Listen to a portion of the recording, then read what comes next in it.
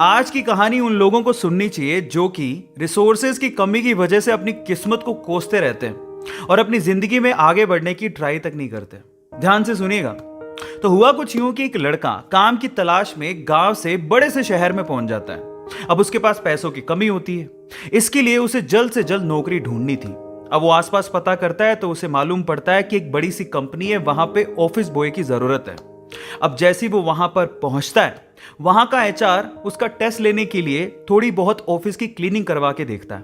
अब उसमें वो परफेक्ट होता है तो वो एचआर उसे कहता है कि नौकरी तो तुम्हें मिल जाएगी, तुम एक काम करो, तुम अपना मेल आईडी दो, मैं तुम्हें जॉब लेटर भेजता हूं मेल पे। तो वो लड़का प्यार से बोलता है कि सर मेरे पास मेल आईडी नहीं है। तो वो एचआर क्या कहता है पता है?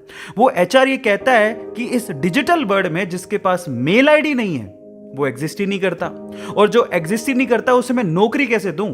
तुम यहां से जा सकते हो, मैं तुम्हें नौकरी नहीं दे सकता। वो लड़का निराश हो जाता है, लेकिन सरवाइव तो करना था। गांव से आखिरकार घर छोड़ के आया है, उसके जेब में ना 100 रुपए थे।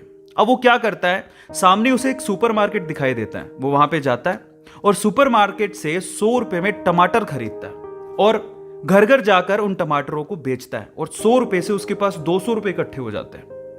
अब वो बैठ के सोचता है कि यहां पर शहर में जो लोग हैं ना, वो इतने व्यस्त हैं कि वो सुपरमार्केट जाके शायद टमाटर भी नहीं खरीद सकते या रोजमर्रा की चीजें नहीं खरीद सकते। अब उसने ये सोच लिया और ये समझ लिया कि यहां पर पैसा कमाना आसान है, तो वो डेली ये काम करता, जाता सुपरमार्केट, सामान खरीदता, घर घर जाके बेचता। धीरे धीरे करके उसने 1-2 लड़के भी रख लिए। ऐसे करके बिजनेस बढ़ते चले गया और फिर उसने अपना एक ट्रक भी खरीद लिया। फिर वो आसपास के गांव से सब्जियां लेके आता और वहां पर बेचता। ऐसे करके वो बंदा 1-2 साल के अंदर ही मिलियनर बन गया। अब एक बार क्या हुआ कि कोई पॉलिसी बेचने वाला, जो फैमिली पॉलिसी बेचता था, वो उसके घर आया और सारा पॉलिसी का फॉर्म भरवा के उससे कहता है कि सर आप अपना मेल आईडी दीजिए, मैं आपकी पॉलिसी को कंफर्म कराता हूं कंपनी से।